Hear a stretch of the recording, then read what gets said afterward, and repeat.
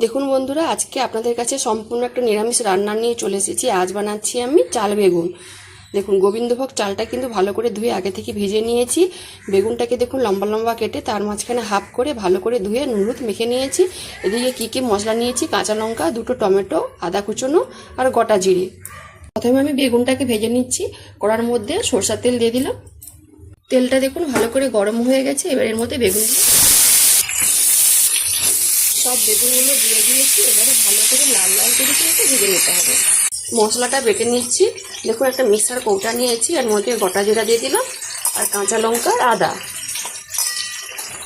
অল্প জল দিয়ে ভালো করে আমি পেস্ট করে নিচ্ছি। বেগুনগুলো লাল লাল করে ভেজে নিয়েছি, এবার জায়গাতে তুলে নিচ্ছি। সব বেগুনগুলো দেখুন ভেজে জায়গাতে তুলে নিয়েছি। এবারে ভেজে নিচ্ছি চালটা। ওই বেগুন ভাজার তেলে আমি গোবিন্দভোগ চালগুলো ভেজে নিচ্ছি। চালটা দেখুন হালকা একটু ভেজে নিয়েছি। এবার আমি জায়গাতে তুলে নিচ্ছি।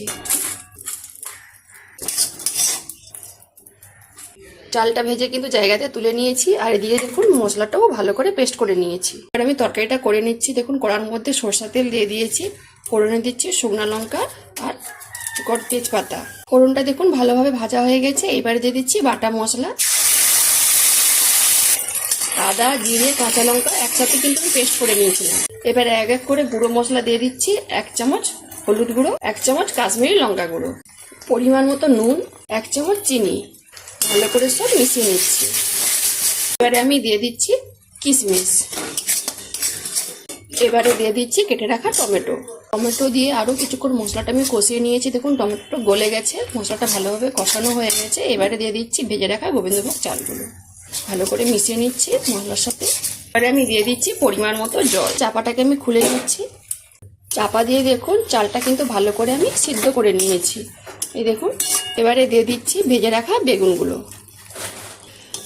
দিয়ে ভালো করে কিন্তু আস্তে আস্তে করে আমি মিশিয়ে নিচ্ছি। বেগুনটা দিয়ে দেখুন 2-3 মিনিট কিন্তু ভালো করে আমি ফুটিয়ে নিয়েছি হালকা আঁচে। এবারে দিয়ে দিচ্ছি উপর থেকে গরম মশলা গুঁড়ো আর দিচ্ছি সামান্য উপর থেকে একটু ঘি। ভালো করে মিশিয়ে আমি জায়গাতে ঢেলে নিচ্ছি। তরকারিটা প্লেটে দেখুন সুন্দর করে সাজিয়ে নিয়েছি। আর এই তরকারিটা কিন্তু রুটি পরোটার সঙ্গে দিয়ে খেতে কিন্তু অসাধারণ লাগে। আর এই তরকারিটার গন্ধটা কিন্তু খুব সুন্দর উঠেছে গোবিন্দভোগ চাল আর ঘিয়ের মিশ্রণের জন্য। দেখলেন তো, খুব সহজেই কিন্তু আমি চাল বেগুনের রেসিপিটা বানিয়ে ফেললাম। যদি নিরামিষের দিনে আপনারা বানাতে চান তাহলে অবশ্যই এইভাবে রেসিপিটা বাড়িতে বানিয়ে খাবেন। আর যদি ভালো লেগে থাকে তাহলে অবশ্যই আমাকে কমেন্টে জানাবেন। যেসব বন্ধুরা আমার রান্নার ভিডিও দেখতে পছন্দ করেন তারা ফেসবুক থেকে আমার রান্নার ভিডিওর প্রোফাইলটাকে লাইক কমেন্ট বন্ধুদের মাঝখানে শেয়ার করবেন। যারা ইউটিউব চ্যানেল থেকে দেখছেন তারা সাবস্ক্রাইব করে পাশের ঘন্টায় ক্লিক করবেন। সবাই ভালো থাকুন, সুস্থ থাকুন আর সাবধানে থাকুন।